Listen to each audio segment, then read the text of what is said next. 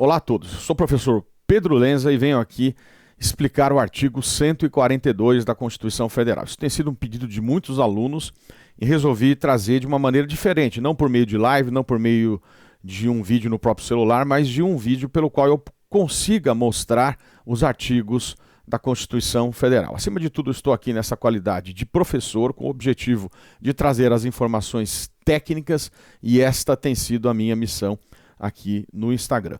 A gente, antes de falar do artigo 142, precisamos resgatar uma postagem que eu fiz em relação ao resultado das eleições. Sem dúvida, esta é uma eleição que nunca se viu na história, uma eleição extremamente apertada, uma votação, uma diferença de 1,8%, e se somados os votos que foram dados a Bolsonaro, mais os votos brancos e nulos, que chegam a quase 6 milhões, a gente tem uma realidade bastante curiosa e impressionante no sentido de que esse grupo faz uma maioria, um número maior, inclusive, daqueles que elegeram o presidente da República, que foi eleito dentro das regras que a Constituição estabelece, maioria dos votos válidos. E aqui, por isso, se tem esse reconhecimento das urnas. Não há o que se discutir aqui. Apenas uma observação em termos de divisão do país,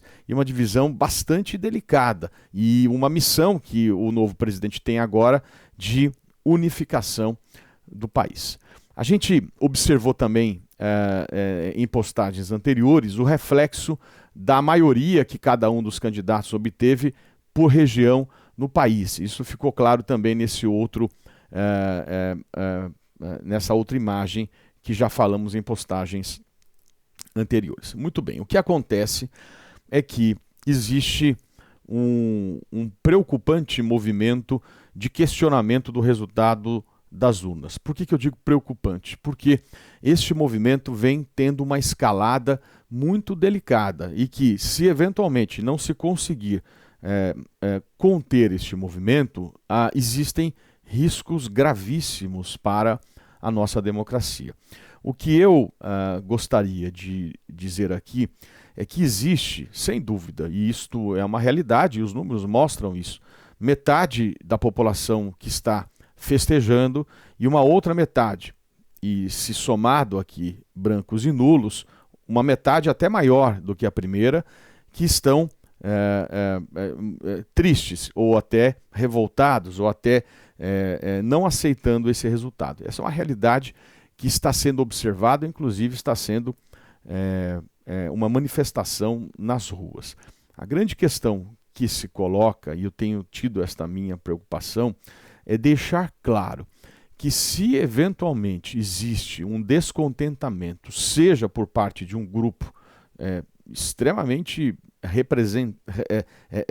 extremamente grande aqui, porque eu estou falando em mais de 60 milhões de pessoas que queriam uma outra situação, ou porque votaram no outro candidato, ou porque votaram branco e nulo, para sinalizar que não queriam nenhum dos dois.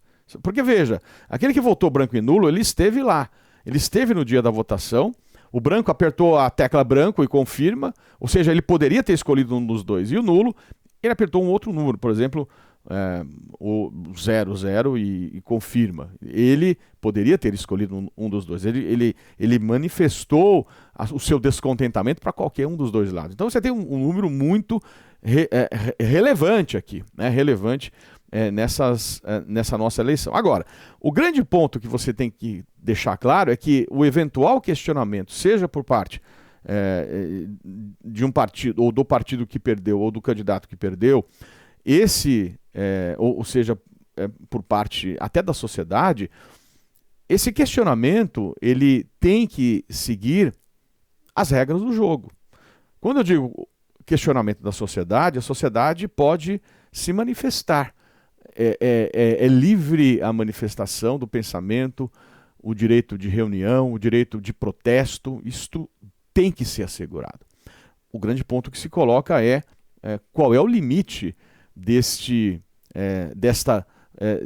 exercício do direito fundamental. Da mesma forma, o partido político que perdeu as eleições, ele vai poder questionar. E aqui eu já fiz uma postagem como essa que eu retomo, seja representando as rádios naquela questão, discutindo a veiculação de notícias, que se a rádio eventualmente não fez, isso não vai ter um impacto nas eleições, mas vai ter um impacto diretamente para a responsabilização da rádio, seja pelas ações eleitorais.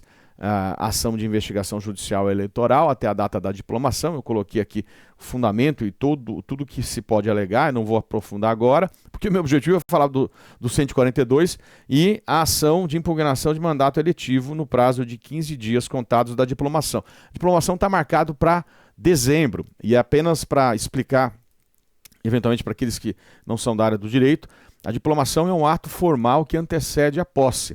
A diplomação é o reconhecimento por parte do Tribunal Superior Eleitoral que aquele candidato foi eleito. É fundamental e pressuposto para a posse, que acontece no dia 1º de janeiro.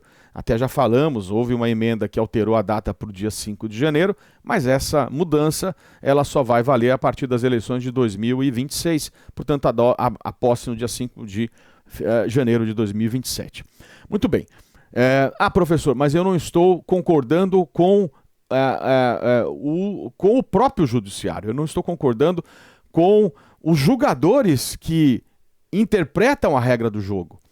Existem mecanismos, se eventualmente há esta discordância, de se, dentro das regras do jogo, também, eventualmente, apurar uma eventual prática de crime de responsabilidade por parte de ministro da Suprema Corte ou no exercício do Tribunal Superior Eleitoral. Então veja, o que eu quero dizer é que houve um modelo de escolha de composição da Suprema Corte, que eu tenho feito críticas e tenho buscado repensar esse modelo, um período tão longo, né, sem mandato, algo para se discutir, mas não é o momento aqui. Mas eventual ato que foi praticado por um julgador que eventualmente viole as regras do jogo pode caracterizar-se como crime de responsabilidade e nos termos da Constituição existe um julgador para isso, que é um órgão político que foi escolhido pelo povo, que é o Senado Federal. Então, se eventualmente existe uma desconfiança, este não é o papel daquele ou do povo no sentido de receber uma decisão com granadas. Esse é um papel do Senado, que foi escolhido pelo povo para eventualmente instalar um procedimento de impeachment contra um ato praticado por um ministro da Suprema Corte. Por isso que eu coloco então que essas são, completando as principais regras do jogo que você poderia ter nessa discussão. O que aconteceu, e a gente tem acompanhado, foi uma revolta da sociedade. Eu estou falando de um número muito representativo de mais de 60 milhões de pessoas, daqueles que votaram em Bolsonaro, daqueles que votaram branco e nulo, e eventualmente dos 32 milhões que não compareceram às urnas, né? Foi uma abstenção de 21%, um número bastante relevante. E isto levou a essas reações, e aqui ninguém está para dizer que não se pode reagir ou deixar de manifestar um descontentamento, uma revolta. Ninguém está dizendo aqui. O ponto que está sendo dito é que essa manifestação ela tem que ser dentro das regras do jogo. Veja, diante de uma situação de suposta, porque isso dependia de uma análise, exacerbação, houve um pedido que foi feito no Supremo Tribunal Federal, numa DPF que já existia, uma arguição de descumprimento de preceito fundamental, número 519, e que houve uma decisão liminar na data de ontem do ministro Alexandre de Moraes para que, então, de maneira enérgica, fossem liberadas as rodovias, né? Isso foi uma decisão liminar e essa decisão liminar foi levada a referendo do parlamento. Eu já falei também em outras postagens do julgamento virtual. E aqui eu coloco para vocês o resultado. No momento que eu estou gravando, você já tem uma maioria formada. Você já tem o voto do ministro relator, 1, 2, 3, 4, 5, 6, 7, 8, 9 ministros, né? 1, 2, 3, 4, 5, 6, 7, 9, já formando uma maioria no sentido de que todas as decisões tomadas pelo ministro Alexandre de Moraes nesse julgamento devem ser acatadas. E eu trago rapidamente algumas dessas discussões nesta DPF. Então houve uma manifestação da Confederação Nacional do Transporte nos autos. Veja que é um documento 2.755, não foi que foi aberta, foi uma questão que já corria desde 2018 em discussões em relação a essa questão de obstrução. O direito de reunião foi discutido pelo ministro, o direito de greve também, manifestação de pensamento, e ele chegou à conclusão, como é uma realidade, que o direito fundamental, seja de reunião, de manifestação de um pensamento, por meio de uma reunião, por meio de uma manifestação, direito de greve, de paralisação, isso tem limite. Ele, então, conclui, Alexandre de Moraes, que demonstrado o abuso no exercício do direito de reunião, direcionado ilícita e criminosamente para propagar o descumprimento e desrespeito ao resultado do pleito eleitoral para o presidente e vice, cujo resultado foi proclamado pelo TSE, tá? As folhas 17 do voto do ministro Alexandre, referendado, como eu disse, por 9 ministros até o momento dessa gravação, dia 1º de novembro. E aqui, para que a gente tenha as informações, algumas determinações que ele estabeleceu: a imediata desobstrução de todas as vias públicas que ilicitamente estejam com o seu trânsito interrompido, garantindo a total trafegabilidade, e continuou. Em face da apontada omissão e inércia da PRF, o diretor-geral da Polícia Rodoviária Federal adote imediatamente todas as medidas necessárias para a desobstrução de vias e lugares antes referidos sob jurisdição federal, sob pena de multa horária de caráter pessoal de R$100 mil a contar da meia-noite do dia 1 de novembro, bem assim, se for o caso, de afastamento do diretor das funções e prisão em flagrante por crime de desobediência. Realmente, eu achei bastante pesada, extremamente pesada essa letra B aqui. Eu, sinceramente, não tenho visto nesse período, desde ontem isso tem sido, eu tenho acompanhado, não tenho visto, sinceramente, esta situação de omissão. A gente tem, inclusive, pronunciamentos da própria Polícia Rodoviária Federal, de seu diretor, no sentido de que estão agindo para cumprir a decisão e a ordem que foi determinada. Então, eu realmente não tenho visto e tenho muita confiança na Polícia Rodoviária Federal e em toda a sua equipe. Muita confiança e admiração por esses guerreiros aí que cumprem um papel muito importante. A Polícia Rodoviária Federal e as polícias militares estaduais, no âmbito das suas atribuições, têm que identificar os eventuais caminhões utilizados para bloqueio e obstrução e multa aos proprietários de R$100 mil para esses que estão desobedecendo. Então, realmente é algo bastante pesado que foi colocado aqui nesta decisão. E aí determinou, por fim, que sejam intimados o ministro da Justiça, o diretor-geral da Polícia Rodoviária Federal, todos os comandantes gerais da Polícia Militar Estadual, bem como o Procurador-Geral da República, Procurador-Geral de Justiça, de todos os estados, para que tomem providências que entendam cabíveis, inclusive responsabilização das autoridades omissas. O que eu tenho visto de maneira muito clara é que há um movimento nacional de respeito às eleições por parte das instituições, inclusive os governadores de apoio a Bolsonaro já se manifestaram publicamente no sentido de que as eleições precisam ser, o resultado das eleições precisam ser respeitados. Isso já há um pronunciamento, São Paulo, Rio de Janeiro, Minas Gerais, Paraná, publicamente dizendo, inclusive colocando as suas forças de segurança, a Polícia Militar, para o cumprimento dessa decisão. Na manhã, então, no primeiro ponto, falou em crime de desobediência. A gente está falando do artigo 330 do Código Penal. Eu lembro que a obstrução de via pública não é a minha área, e fiquem à vontade aí para observar qualquer coisa, viu, gente? A minha área não é o direito penal, mas até onde eu tenho conhecimento, obstrução de via pública não é crime. O que é crime seria o descumprimento da ordem judicial. Aí sim, este é o crime que está na primeira decisão. Agora,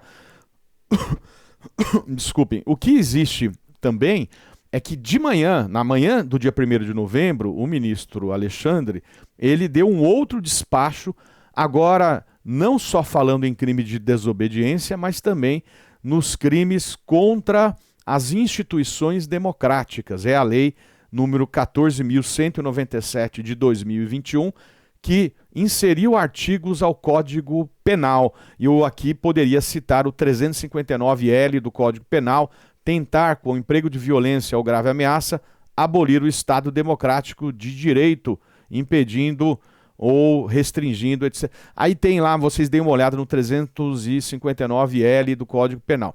E aqui talvez seja nesse sentido que ele está propondo, né, o ministro Alexandre, ao falar que os fatos trazidos ao conhecimento da Corte afetam não apenas a regularidade do trânsito nas rodovias, mas principalmente a segurança pública em todo o território nacional, inclusive por meio de condutas tipificadas na lei. Essa lei é a lei que estabeleceu crimes contra as instituições democráticas e que inseriu artigos ao Código Penal. Então, falou de novo em imediata desobstrução das vias públicas, que ilicitamente estejam com seu trânsito interrompido, falou nas multas diárias, R$100 mil, flagrante delito.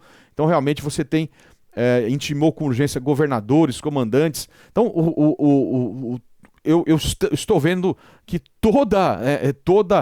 todas as instituições estão sendo testadas aqui. Agora, o que eu sinalizei numa postagem anterior é que há, sem dúvida, um agravante muito, muito delicado, que é o silêncio. Nesse momento da minha gravação, eu não sei se já houve uma manifestação, mas não houve um reconhecimento por parte do presidente Jair Bolsonaro, que, diga-se de passagem, isso tem que ficar claro, o presidente Jair Bolsonaro, ele é o presidente até o dia 31 de dezembro. Por mais que exista uma equipe de transição que hoje pela manhã sinalizou que o Geraldo Alckmin é o seu coordenador, como eu já havia sinalizado aqui para vocês, o Geraldo Alckmin foi escolhido, uma equipe de transição não pode interferir no governo Bolsonaro, que cumpre até o dia 31 de dezembro. Então veja, a minha preocupação aqui é que o presidente em exercício, né, o presidente Jair Bolsonaro, que é o presidente do Brasil hoje, ele não reconheceu a derrota nas eleições.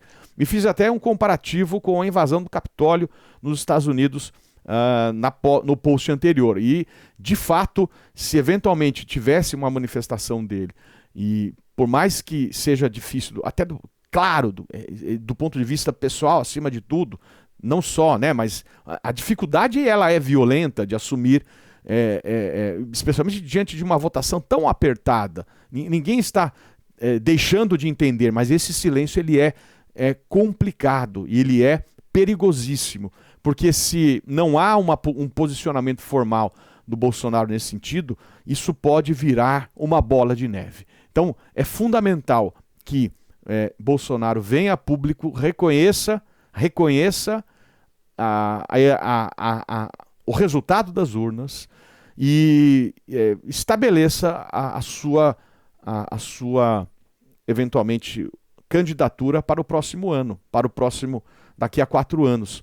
Veja, em nenhum momento se pode desprezar uma realidade que é o crescimento do bolsonarismo, seja na sociedade, seja no parlamento.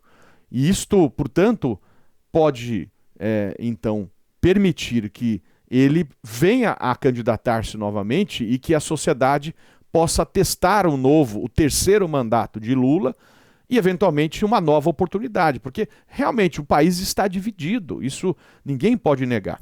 Mas o ponto é que eu espero, como cidadão e como professor de direito, porque isso me preocupa, que Bolsonaro venha a público, como fez Trump depois de um tempo, já no limite, pedindo que o pessoal saísse do Capitólio, né?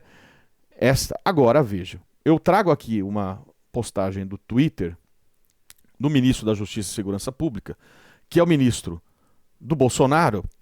Isso me tranquiliza, Anderson Torres, que desde ontem ele diz que A situação das paralisações nas estradas estão sendo monitoradas minuto a minuto pela Polícia Rodoviária Federal. Acabou de determinar um reforço efetivo, etc, etc. E hoje, dia 1º de novembro, segue a Polícia Rodoviária Federal atuando ininterruptamente no desbloqueio das estradas. Isso é o que eu estou dizendo. A polícia está cumprindo o seu papel. Ela está, inclusive, com o apoio dos governadores, que por ordem da decisão judicial determinou que a Polícia Militar atuasse também. E por isso, Polícia Militar, eu estou falando de governador de estado que estão atuando. Então você tem aqui a declaração no Twitter do ministro da Justiça e de Segurança Pública do Bolsonaro. Agora, muito bem, até onde o que pode acontecer com isso tudo? Se isso realmente for por um caminho que leve a riscos. Até que ponto as Forças Armadas podem ser chamadas ou podem atuar? Qual é o papel das Forças Armadas? Eu gostaria, e por isso o objetivo deste vídeo em forma de aula, de ler com vocês o artigo 142 da Constituição Federal. As Forças Armadas são constituídas pela Marinha, pelo Exército e pela Aeronáutica, são instituições nacionais, me permito grifar, permanentes, não só em tempo de guerra, regulares, e são organizadas com base na hierarquia e na disciplina, sob a autoridade suprema do Presidente da República, e destinam-se à defesa da pátria, à garantia dos poderes constitucionais e, por iniciativa de qualquer destes, da lei e da ordem. Então, primeiro ponto, você observa aqui uma instituição nacional, permanente, regular, hierarquia, disciplina, por isso que existe a situação de pena de morte no caso de guerra. A gente tem uma única hipótese de pena de morte no caso de guerra prevista na Constituição, e a hierarquia e disciplina é fundamental nesse sentido. Tem como chefe ou autoridade suprema o Presidente da República e destinam-se para quê? O papel das Forças Armadas, o texto está claro, é para a defesa da pátria, por exemplo, a invasão de um país, a invasão do Brasil por um outro país, garantia dos poderes constitucionais. Vamos imaginar que um poder determina o fechamento do outro. Se o judiciário determinasse o fechamento do Congresso, aí as Forças Armadas entram. E por iniciativa dos poderes, da lei e da ordem. Portanto, a defesa da lei e da ordem não depende de uma atuação normal das Forças Armadas. Ela depende de uma iniciativa dos poderes para que possa, então, as Forças Armadas atuarem para a garantia da lei e da ordem, que é um outro instituto aqui que eu quero falar hoje. Então, só para completar o parágrafo 3º, os membros das Forças Armadas são denominados militares, e aí vem as regras expostas ali. Este quadro mostra a relação de hierarquia e disciplina. O Presidente da República é o chefe supremo, o Ministro da Defesa, que pode ser um civil, ele está logo abaixo, e os comandantes, aí são os oficiais das Forças Armadas, comandante da Marinha, do Exército e da Aeronáutica. Veja que eles têm que ser brasileiros natos, todos esses aqui. Muito bem, eu trago aqui a informação de que os membros da PM e do Corpo de Bombeiros Militares são os militares estaduais. Só para completar um pouco a decisão do Moraes, que determinou que eles atuassem na rodovia federal também. Esses militares estaduais, eles são forças auxiliares e reserva do Exército, mas subordinam-se aos governadores do estado, do DF e dos territórios. Então, quando há uma questão de segurança pública, a questão está relacionada às forças de segurança pública e não às Forças Armadas. Uma questão de segurança pública envolve, portanto, o governador de estado, que é em relação a quem a PM, a Polícia Militar Estadual e o Corpo de Bombeiros estão subordinados também nessa relação de hierarquia. O que me interessa, então, é focar nesse estudo de atuação das Forças Armadas para a garantia da lei e da ordem. Será que, então, se esses movimentos caminharem para uma situação onde haja uma desordem, uma violação à lei, poderá as Forças Armadas atuarem nesse sentido? Bom, vamos focar aqui na nossa análise. O ponto é não tratar da destinação normal de defesa da pátria e garantia dos poderes, mas tratar do item em verde aí, iniciativa de qualquer desses para garantia da lei e da ordem. Existe uma legislação que trata da atuação das Forças Armadas para garantia da lei e da ordem. Artigo 15 da Lei Complementar 97 de 99 e que está regulamentado pelo Decreto 3.897 de 2001. Este é o fundamento normativo para a atuação das Forças Armadas para a garantia da lei e da ordem. Eu vou lembrar aqui o Manual de Garantia da Lei e da Ordem, que traz alguns exemplos de atuação das Forças Armadas. Assegurar o funcionamento dos serviços essenciais sob responsabilidade de órgão paralisado, controlar vias de circulação, desocupar ou proteger as instalações de infraestrutura crítica, garantindo o seu funcionamento, garantir a segurança de autoridades e de comboios, garantir o direito de ir e vir da população, impedir a ocupação de instalações de serviços essenciais, impedir o bloqueio de vias vitais para a circulação de pessoas e cargas. Então você tem visto aqui, né, que teoricamente as Forças Armadas poderiam ser chamadas para a garantia da lei e da ordem, mas eu preciso desenvolver um pouco melhor isso. Permitir a realização de pleitos eleitorais. As Forças Armadas atuaram durante as eleições. Prestar apoio logístico aos órgãos de segurança pública, proteger locais de votação, elas atuaram. Realizar busca e apreensão de armas e explosivos, realizar policiamento ostensivo, estabelecendo patrulhamento a pé e motorizado, quando o governador do Rio de Janeiro chamou as Forças Armadas para ajudar na segurança pública. Isso tem que ficar claro. Segurança pública é um papel do governador de estado, das forças de segurança pública. Quando se chega no limite, o próprio governador reconhece que não está dando conta, ele pode chamar, aí, iniciativa dele, lembra o texto, por iniciativa de qualquer dos poderes, aí as Forças Armadas para a atuação. Mas aí vem mais informações aqui para a gente entender. Esse quadro aqui mostra a atuação das Forças Armadas ao longo do ano de 1992 até 2021. Ele tem violência urbana, greve da PM, eventos. Então veja, greve da PM já tivemos vários momentos de atuação. Esse quadro é um quadro interessante, deixa eu até sair da frente aqui, porque ele mostra de maneira muito, muito interessante como que as Forças Armadas foram utilizadas, né, essas ocorrências de 92 a 2021. Então você percebe que ela começou em 1992, você tem um pico muito grande de atuação aqui, ó. Estou falando do ano de 2000, então, portanto, estou falando de Fernando Henrique Cardoso, que vai de Fernando Henrique de 95 até 2003, ele foi um presidente primeiro reeleito, e aí 2003 você tem aqui o governo Lula, né, que vai de 2003 até 2011. Então, se você for pegar e observar Lula até 2011 e pegar Dilma até 2016, você percebe realmente que há uma atuação bastante firme, que no governo Bolsonaro, que atuou, aí Temer 2016 a 2019, o governo Bolsonaro ele atuou timidamente na utilização das Forças Armadas. Isso é importante. São fatos, né? 2022 também muito pouco, fatos que constatam isso. É interessante, são documentos públicos aí que podem ser acompanhados.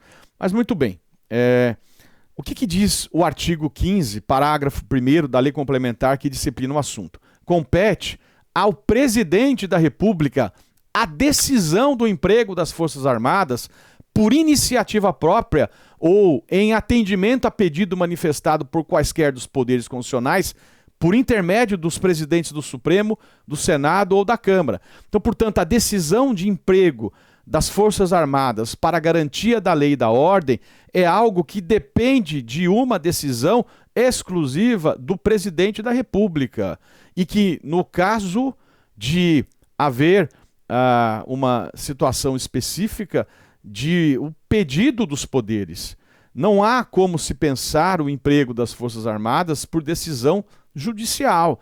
o texto está regulamentado, compete ao presidente a decisão de emprego das Forças Armadas e que numa situação de paralisação do país, de obstrução das vias públicas, seria uma das hipóteses conforme o próprio manual que a gente acabou de ler.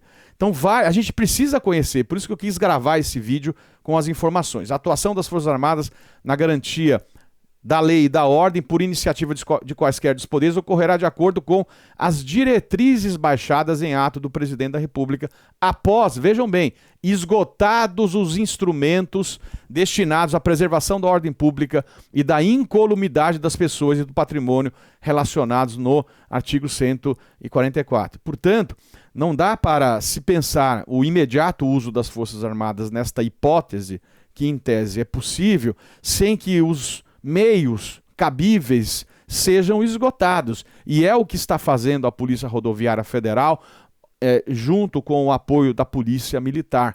Então, eu vejo que seria precipitado agora a utilização nesse momento.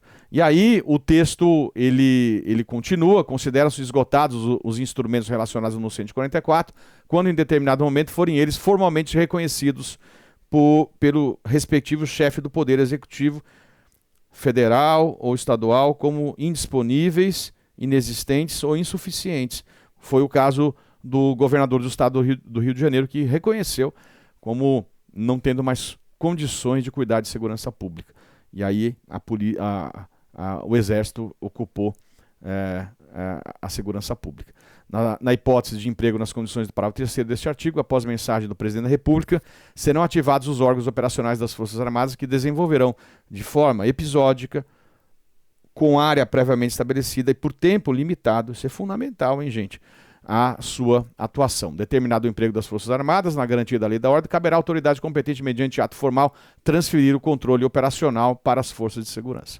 Considera-se controle operacional para fins dessa lei, e aí vem as informações aí que vocês precisam ter.